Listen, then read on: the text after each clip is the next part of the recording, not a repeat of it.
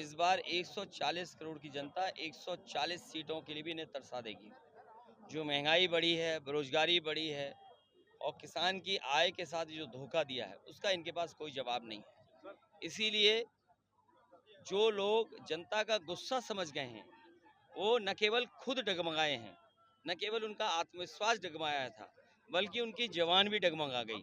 जो मुख्यमंत्री दूसरों को भ्रष्टाचारी कहते हैं, दूसरों को माफिया कहते हैं, आज सबसे ज्यादा खनन और सबसे ज्यादा सोनभद्र के रिसोर्सेस की चोरी कोई कर रहा है तो वो भारतीय जनता पार्टी और उनके सहयोगी लोग।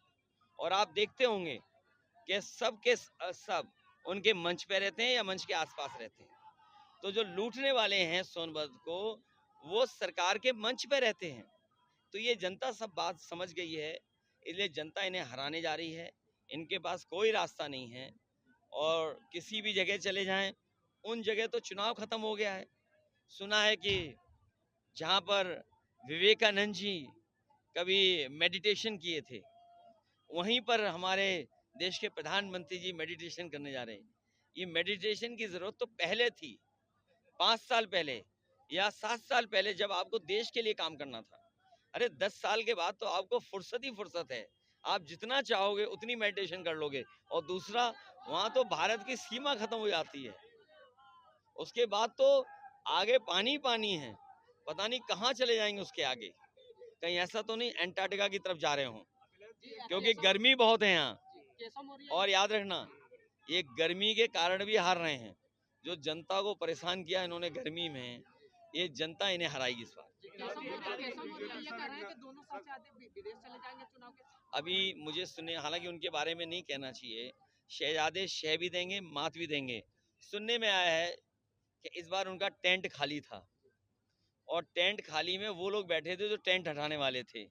वो चाहते थे जल्दी भाषण खत्म हो तो वो टेंट हटाने का मौका मिल जाए। उतने लोग टेंट में बैठे थे जो टेंट हटाने के लिए आए थे मजदूर। सर, बीजेपी नैरेटिव बना रही है कि अगर इंडिया जीतती है तो ST/SC OBC का आरक्षण। देखिए, जो आप पढ़े लिखे लोग हैं वो बात समझ लें, पिछड़े दलित आदिवासियों का आरक्षण अगर किसी ने छीना है तो बीजेपी ने छीना है। पहले पिछड़े दलित आदिवासी जो बच्चे होते थे, कंपटीशन में आते थे, वो सामान्य कैटेगरी में भी नौकरी पा जाते थे, उन्हें सामान्य मेरिट में भी शामिल किया जाता। उनको अगर पाबंदी करके अपने अपने जो सेगमेंट है उसमें उनको बांध दिया है।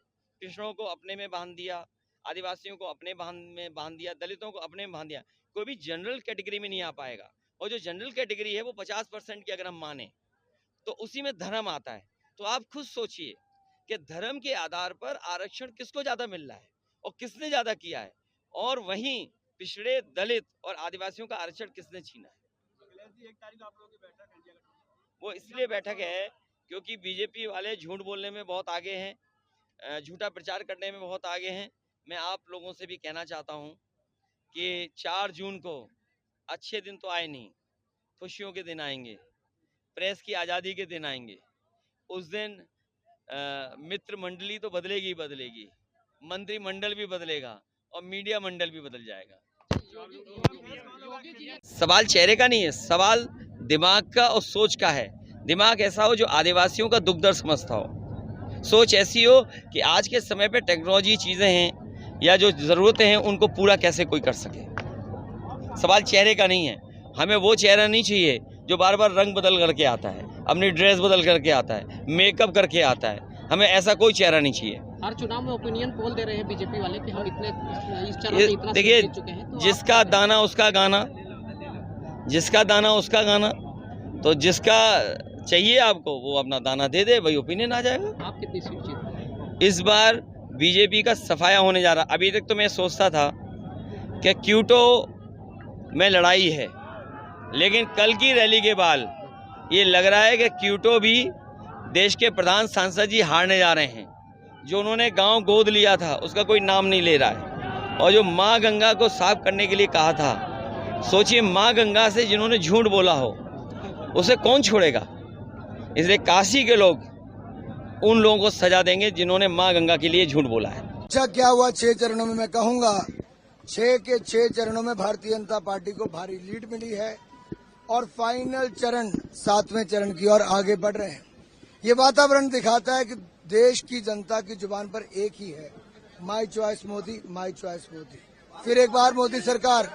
और इसका बड़ा कारण है कि जिस तरह से मोदी जी ने ईमानदार और दमदार सरकार दी है, दुनिया भर में भारत का मान सम्मान बढ़ाया है, अर्थव्यवस्था को नई ऊंचाइयों पर लेकर गए हैं।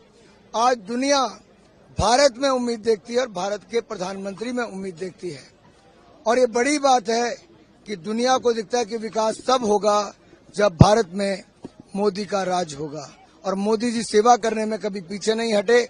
25 करोड़ गरीबों को गरीबी रेखा से बाहर निकाला, 51 करोड़ 40 लाख रोजगार स्वरोजगार के अवसर पैदा किए। ये हुआ तो पिछले 10 साल में।